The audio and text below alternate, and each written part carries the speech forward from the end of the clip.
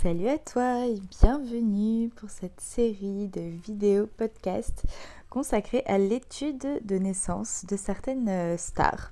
Voilà, pour qui me parle et pour te faire découvrir, te faire apprendre le référentiel de naissance et voir comment est-ce qu'on peut l'utiliser.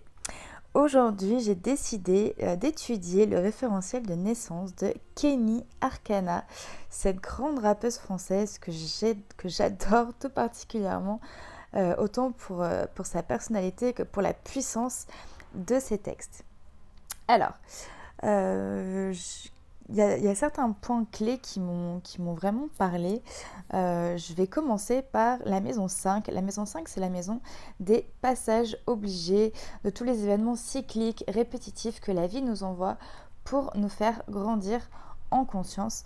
Et Kenny Arcana a la tempérance. Alors, pour avoir fait des centaines de référentiels, c'est quand même vraiment pas courant d'avoir tempérance à cet endroit-là. Et pour cause, eh bien, c'est synonyme de grande colère en fait. Entre autres, ça va être vraiment de grande colère, ça va vraiment être de l'intempérance, ça va être une espèce de fougue, une espèce de rage, une espèce comment dire, d'énergie émotionnelle qui te traverse absolument immense. Et le but derrière de ce passage obligé, parce qu'il y a toujours un travail, un objectif derrière, une intention, l'intention de la vie, en tout cas, ça va être justement d'apprendre à se tempérer, d'apprendre à gérer ses émotions, d'apprendre à se calmer, d'apprendre à faire avec tout ça. Alors, je ne connais pas toute la vie de Kenny Arcana, mais quand on écoute ses textes, on comprend vite qu'elle a été pendant très longtemps en rage contre le système, contre la police, contre un petit peu tout ce qui se passait, et qu'elle a vraiment vécu des accès de colère extrêmement forts, des accès d'intempérance qui ont pu être très très forts. Ce qui est fort aussi avec Tempérance, c'est que c'est un ange, et dans beaucoup de ses chansons, elle nous parle des anges, l'ange m'a dit, elle a vraiment une vraie connexion avec le monde spirituel, avec son monde intérieur, avec les anges, les guides, et c'est ce qu'on retrouve ici avec Tempérance, du coup cette connexion avec le monde céleste, le monde divin. Un autre message de Tempérance, c'est la faculté de transmission. Tempérance, ça reste un guide, c'est une personne qui peut agir en tant que médiatrice. On voit les deux vases avec l'eau qui coule au milieu, comme si c'était des vases communicants. On pourrait presque penser que c'est un téléphone, ou pourquoi pas limite des ondes radio entre deux postes radio, bon, si on extrapole un petit peu. Mais en tout cas, il y a cette notion de transmission, de faire passer un message. Et là, c'est presque comme un message qui serait proposé, guidé par les anges. Alors évidemment, ça a dû lui demander beaucoup d'épreuves, Tempérance. Dans le tarot, on a 3 cycles. On a le cycle physique, on a le cycle émotionnel et le cycle des épreuves, le cycle spirituel. Et Tempérance est la dernière carte du cycle émotionnel des épreuves. Donc c'est une arcane qui peut être très très belle, porteuse de très beaux messages, mais qui, vécue de manière négative, et la maison 5 peut amener l'arcane qui est dedans à être vécue de manière négative, à des situations qui sont quand même assez compliquées et qui sont des grandes épreuves de la vie, en tout cas des grandes épreuves d'un point de vue émotionnel, qu'elle vient un petit peu traverser. Voilà, il y avait ce besoin aussi de trouver cet équilibre, de trouver un équilibre, et il y a un travail à faire sur la guérison intérieure aussi. Bon, ça peut-être que j'y reviendrai un petit peu plus tard. Mais voilà, principalement pour ce passage obligé de Tempérance, où déjà je trouve dans beaucoup de ses chansons, si on connaît un petit peu le tarot et qu'on connaît Tempérance, on retrouve beaucoup des notions qu'elle peut décrire. Pour aller, puisque j'ai parlé de Tempérance, des passages obligés, je vais parler de sa source des souffrances, donc qui est juste en dessous, c'est la maison 11, passage obligé maison 5, source des souffrances maison 11. On voit cette ligne verticale qui est là. Elle a la roue de fortune. Alors, je ne vais pas tout expliquer sur la maison 11 par rapport à Kenny Arcana, mais juste pour rebondir sur Tempérance, la roue de fortune, c'est la roue de la torture. C'est une roue qui était utilisée au Moyen-Âge justement pour torturer les gens. alors, avoir la roue de fortune en source et souffrance, bon, bah, c'est quand même synonyme de torture, hein. Donc, encore une fois, torture émotionnelle, on ne parle pas forcément de torture physique, surtout à notre époque, mais une grande torture émotionnelle qui va avec, du coup, tempérance au-dessus. En plus, on retrouve l'eau en bas de la carte qui est exactement la même que l'eau de tempérance que tempérance a entre ces deux vases. Donc il y a un rappel, il y a un clin d'œil. C'est comme si, dès qu'il y a un clin d'œil, on va dire, entre deux arcanes, comme ça, dans le tarot, c'est comme si l'une activait l'autre, en fait. Donc dès que tempérance vient être activée, quelque part, bim, eh bien, ça vient taper directement dans la roue de fortune, en plus du fait qu'elle soit l'une sur l'autre et que du coup, elle s'active naturellement l'une et l'autre. Donc ça fait un petit peu redondance dans le thème de Kenny. Alors, autre chose aussi qui me parle, c'est une chanson, enfin une ou plusieurs chansons, où elle parle du mouvement, où elle parle du fait qu'elle a toujours besoin d'être en mouvement et que finalement le mouvement la sauve. Bon, bah, c'est un petit peu ce qu'on peut retrouver ici, puisque la roue de fortune, eh bien justement, c'est le mouvement. Voilà. Il y a vraiment ce truc où on sent qu'elle ne peut pas rester immobile, qu'elle a besoin de bouger. Donc voilà, ça vient quand même l'aider de ce côté-là. Et en même temps, ben, j'imagine que, par exemple, on sait qu'elle a été en prison. Ah oui, ça aussi, c'est un détail important. Elle a été en prison à l'âge de 14 ans. Qu'est-ce qu'on a? Le tempérance, c'est le numéro 14. Passage obligé 14. Alors je dis pas, attention, hein, je dis pas que toutes les personnes qui ont un passage obligé de tempérance vont se retrouver en prison à l'âge de 14 ans, loin de là. Mais en tout cas, dans le thème de Kenny, c'est bien marqué et je trouve ça assez fascinant. Et du coup, où elle a pu être bloquée, hein, la roue de fortune vécue de manière négative, c'est le blocage, c'est... alors j'ai pas envie de dire de bêtises parce que j'ai envie de dire l'inertie, mais à chaque fois je suis pas sûre de ce que ça veut dire inertie. Enfin, en tout cas, le fait de, voilà, comme si la roue ne peut pas tourner en fait, hein, comme c'est quelque chose qui bloque. Et du coup, bon, bah, c'est compliqué. Et du coup, bah, grande source de souffrance pour elle que d'être bloquée. Je parle de prison. Donc, qui dit prison dit rapport avec la justice, bien entendu. Et on retrouve la justice par 3 reprises, du coup, chez Kenny. On la retrouve en rétroaction, donc ici, en rétroaction au-dessus de son pendu en maison 2. On la retrouve dans son défi de vie et on la retrouve en entropie. Alors, je vais continuer sur du coup la prison et le fait de se sentir bloqué. Ici, la combinaison justice pendue, bon bah pareil, ça peut encore, sans rentrer trop dans l'analyse personnelle de ce que ça fait naître de sa personnalité, mais en tout cas on voit ici que la justice, donc la justice des hommes, hein, vient la bloquer. D'accord, le pendu, c'est le blocage, hein, c'est ce truc où on est pieds et poings liés et où on ne peut rien faire, et il y a ce rapport tout puissant, cette domination de la justice qui est au-dessus et qui vient un petit peu l'emprisonner, l'empêcher d'être. En plus, ce pendu, il est pris entre 2 jugements, donc justice-jugement, il y a quand même quelque chose ici où voilà, c'est un petit peu compliqué, hein. Le pendu, c'est le rebelle, c'est celui qui refuse quelque part sa condition de pendu. Donc là, on voit qu'il y a une personne qui est rebelle à la justice et qui se fait juger de tous les côtés et qui est complètement, enfin en tout cas qui a pu être complètement coincé par rapport à tout ça. Et en même temps, avec ces 2 chariots encadrés par la justice, on voit cette fougue, cette énergie, ce mouvement, cette volonté insatiable de prendre les choses en main finalement et de ne pas se laisser aller, de ne pas se laisser abattre par cette justice des hommes. On reviendra après sur tout ce qui est jugement. Je vais maintenant parler de cette justice ici. Alors, l'entropie, pour le vulgariser un petit peu dans la manière dont je l'utilise dans le tarot, c'est le comportement naturel que la personne va avoir si elle ne fait pas un travail sur elle-même en fait. Donc là, la carte qui est dans votre entropie, en général, elle peut être vécue de manière positive. Moi, j'ai plutôt tendance à l'interpréter de manière négative parce que l'entropie, c'est vite le chaos en fait. Voilà. Et qu'est-ce qu'on retrouve? Eh bien, la justice. Alors, Kenny, elle a une aversion quelque part pour la justice et pour la justice des hommes, hein, pour les instances, on va dire, pour la police, pour le système, voilà, et ça, elle le décrit énormément dans toutes ses chansons. Et en même temps, quelque part, elle se veut être une justicière finalement. Une cause pour les plus justes, pour les plus faibles ou pour ce qui est juste. Un peu un Robin des Bois moderne, sauf qu'elle ne vole pas, juste elle écrit et elle chante.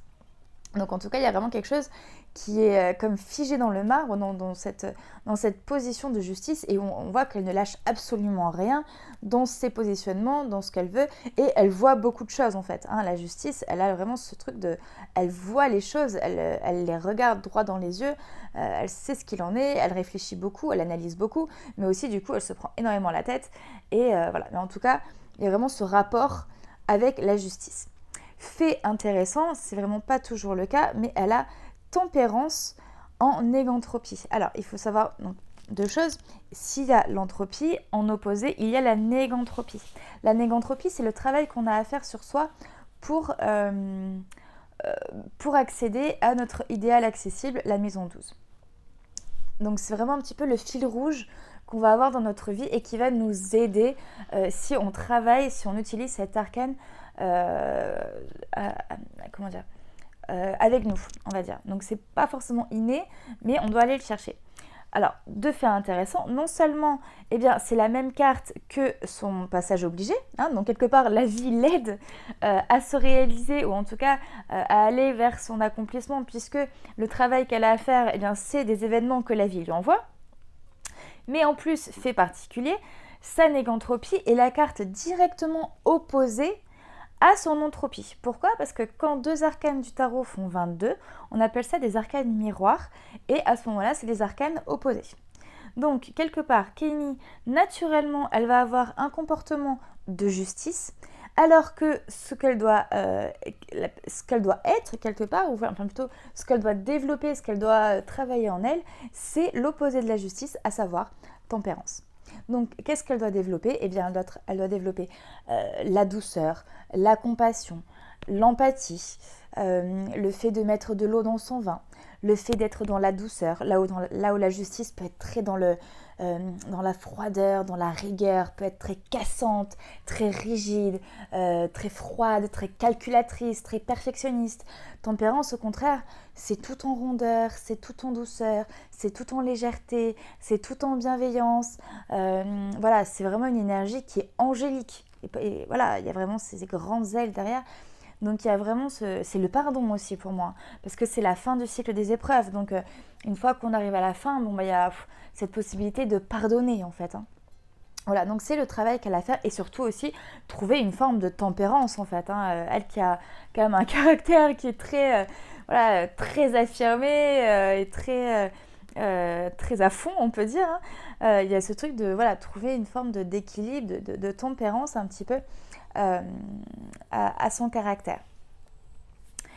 Alors, autre point que je voulais aborder, je ne vais pas aborder toutes les cartes, sinon on va y passer 3 heures, mais c'est la maison 6 de Kenny Arcana. La maison 6, dans un thème, c'est la ressource. Voilà. C'est toutes les réserves, les qualités énergétiques dont la vie nous a dotés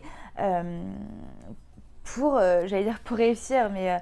pour réussir notre existence, en tout cas notre incarnation, notre chemin, c'est vraiment un trésor infini dans lequel on peut aller puiser pour avancer. Kenny, elle a le pape. Le pape en ressources, pour moi en tout cas principalement, ça va être des personnes qui sont d'extrêmement bonnes communicants. Voilà, c'est des communicants nés, c'est des guides, c'est des personnes qui savent manier le verbe, la parole, vraiment d'une manière absolument incroyable. Voilà, pour moi c'est ça. Et avec ce passage obligé de tempérance qui nous parle aussi de communication, d'être une forme de guide, une forme de guérisseur même finalement, parce que, moi je sais quand j'écoute ces textes, dans certains moments, je sens qu'il y a quelque chose qui se passe de l'ordre de la guérison en moi en fait, parce que ce qu'elle dit, on dirait que c'est canalisé en fait, que ça vient d'ailleurs, et en même temps ça vient ça vient du cœur, mais c'est tellement puissant. Et pour moi, on le retrouve justement dans cette énergie du pape qui sait manier les mots, qui sait transmettre, qui sait enseigner, qui sait guider. Qui sait guider. Donc Kenny, elle vient vraiment, vraiment passer des messages forts et puissants. Et elle a vraiment su s'appuyer sur sa ressource de pape pour trouver son chemin finalement et pour se réaliser. Alors, je reviens sur cette notion d'ange parce qu'elle a quand même deux jugements plus tempérance et elle nous parle tellement souvent de l'ange m'a dit, des anges, etc. C'est vraiment une personne qui est en communication avec eux en fait, hein, en tout cas en communication avec des énergies célestes, de vibrations plus élevées et elle a vraiment pour moi cette faculté à canaliser en fait, à recevoir les messages et à les transmettre. Voilà, d'où ces textes qui sont aussi puissants. Et autre chose, du coup, dans sa maison 4, on voit, donc la maison 4, c'est l'action dans le monde. C'est comment elle vient agir au niveau social, au niveau matériel, au niveau socio-professionnel. Et là, elle a vraiment, elle a la ligne de l'artiste en fait. Enfin, c'est pareil, c'est assez rare d'avoir cette ligne chariot monde. Il faut avoir tempérance en passage obligé, ce qui encore une fois est assez rare. Mais le chariot, c'est l'artiste, hein. C'est l'artiste, c'est celui qui est sur le devant de la scène. Ça peut être le chanteur, le comédien, celui qui fait du théâtre, mais en tout cas, c'est celui qui est sur le devant de la scène, en fait, hein. On voit dans la partie haute comme s'il était derrière un cadre de télévision ou de théâtre ou autre. On voit qu'il est bien vêtu, qu'il a une couronne, un sceptre, etc. Il a les deux masques qui rappellent les masques de la Commedia dell'arte, donc tout ce qui est théâtral. Enfin, voilà, c'est vraiment une énergie qui est là pour se réaliser dans le monde, qui est là pour avoir du succès, pour être vu, pour être remarqué, pour faire le show en fait. Voilà, le chariot en action dans le monde, c'est un showman un peu, hein. Et coup de bol pour Kenny, au-dessus de ce chariot, en rétroaction. Donc les rétroactions, c'est des cartes qui viennent colorer, qui viennent compléter les cartes qui sont en dessous. Elle a le monde. Le monde, bah, c'est l'arcane du monde, hein, je veux dire, c'est le monde en fait, hein, je vais y arriver, c'est le milieu mondain, c'est le fait d'être vu, c'est le fait d'être reconnu. En fait, c'est l'arcane du chariot, mais qui vibre à un autre niveau en fait, voilà, qui vibre à un niveau supérieur, qui vibre à un niveau encore plus haut. Donc, autant vous dire que les deux ensemble, eh bien, ça donne le succès que connaît Kenny en tant que chanteuse, en tant que rappeuse. Alors encore une fois, c'est pas toutes les personnes qui ont cette combinaison chariot au monde qui vont finir comme des stars, enfin des célébrités, j'allais dire mondialement connues. Je sais pas si elle est mondialement connue, Kenny Arcana, mais en tout cas plus que reconnue en France. Voilà, c'est pas le cas pour tout le monde, mais en tout cas, il y a cette énergie de comment dire. Les personnes qui ont cette combinaison-là sont porteuses en elles d'une énergie ou d'un potentiel pour être reconnues, pour être vues. Voilà. Et d'autant plus pour être reconnues et vues d'un point de vue artistique. Voilà, parce que là, on est vraiment sur une ligne artistique très prononcée, quoi. Voilà. Je vais juste terminer avec l'énergie de son cœur, l'étoile. Donc l'étoile, c'est pour moi une des plus belles arcanes du tarot qui nous parle de la connexion directe avec le divin en fait, hein. Moi c'est comme ça que je la vois. C'est une arcane qui nous parle d'écologie, qui nous parle de dons, qui nous parle d'être en lien directement avec les étoiles, avec le cosmos, avec l'univers. Et pareil, dans beaucoup de chansons de Kenny Arcana, on retrouve ce lien avec les étoiles, un petit peu même avec les galactiques ou avec le fait d'être venu d'ailleurs en fait. On retrouve ça. Alors j'ai plus que les paroles des chansons en tête, mais si vous connaissez ces chansons, vous y retrouverez. Et surtout, faites attention la prochaine fois que vous écoutez Kenny Arcana, bien justement à tout ce qu'on a pu dire dans cette vidéo. Et à tout son rapport avec les étoiles, avec le cosmos, avec tout ce qui vient d'ailleurs. Voilà, je vous laisse là-dessus. Ça a été un plaisir pour moi de faire cette vidéo podcast. Dites-moi si ça vous a plu, si vous avez envie que je continue sur ce format-là, si vous avez d'autres artistes ou personnes célèbres aussi, si possible assez connus en tout cas que je peux connaître, qui vous inspire finalement pour faire le référentiel. Et aussi, si vous voulez calculer votre propre référentiel, vous pouvez aller sur mon site tarotauthentique.com, vous allez dans le menu et dans... bon là c'est hop, je vais vous montrer l'accueil client du coup. Vous allez dans menu, calculer mon référentiel et vous pouvez du coup calculer votre référentiel à partir de votre date de naissance. Voilà, et si, donc vous avez aussi la signification des 4 premières arcanes qui sont décrites en dessous avec les rétroactions. Et si vous voulez eh bien, l'ensemble du thème, vous pouvez commander un livret PDF et vous aurez du coup un livret avec l'ensemble de la signification des maisons voilà, pour votre référentiel de naissance. Voilà, j'en reste là et je vous dis à très bientôt pour de nouvelles vidéos. À bientôt sur Tarot Authentique.